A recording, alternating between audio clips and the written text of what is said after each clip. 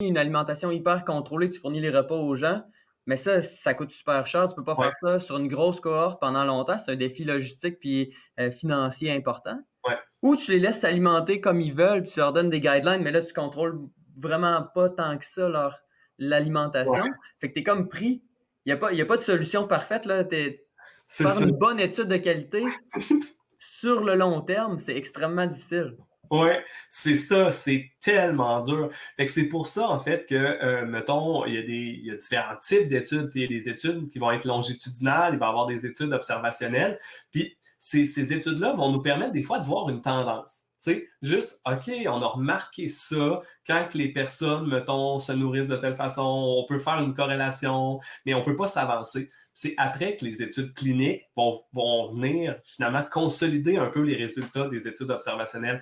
Mais hey, ça se fait sur des années, sur des années. Puis des fois, justement, là, il y a une étude observationnelle qui va sortir, puis là, elle va être d'intérêt, puis elle va être reprise dans les médias parce que justement, les résultats sont potentiellement intéressants. Mais entre le fait que ça a été démontré, puis que, mettons, c'est d'intérêt, tu sais, il y a deux mondes, là, tu sais, fait que c'est ça. Tu sais, on est un peu à la merci de l'interprétation par les médias, tu sais, fait que qui veulent être aussi sensationnalistes là, en mettant des gros titres.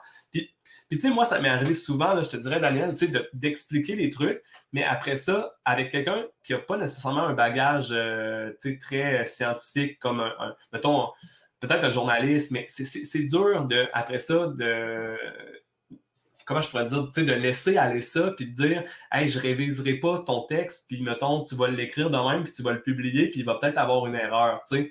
Fait que moi, je trouve ça bizarre parce que, tu sais, ça m'est déjà arrivé d'être mal cité par des journalistes. Alors que j'ai été interviewé comme expert en nutrition, puis c'était pas ce que je voulais dire.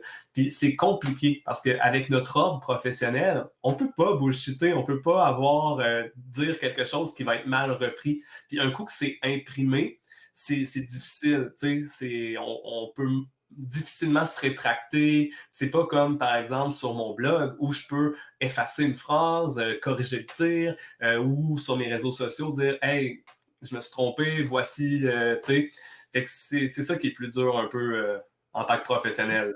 Clairement. Là, parlant de sensationnalisme, on va en faire un petit peu. Hem, Là, on est en 2020, il y a une pandémie en ce moment. Là, on se dirige, vers le temps des fêtes. Est-ce que toi, mettons dans ta pratique, puis dans les gens que tu perçois d'autres dans ton entourage, est-ce que tu perçois une hausse des troubles alimentaires, dus au stress, dus au confinement, depuis le début de la pandémie?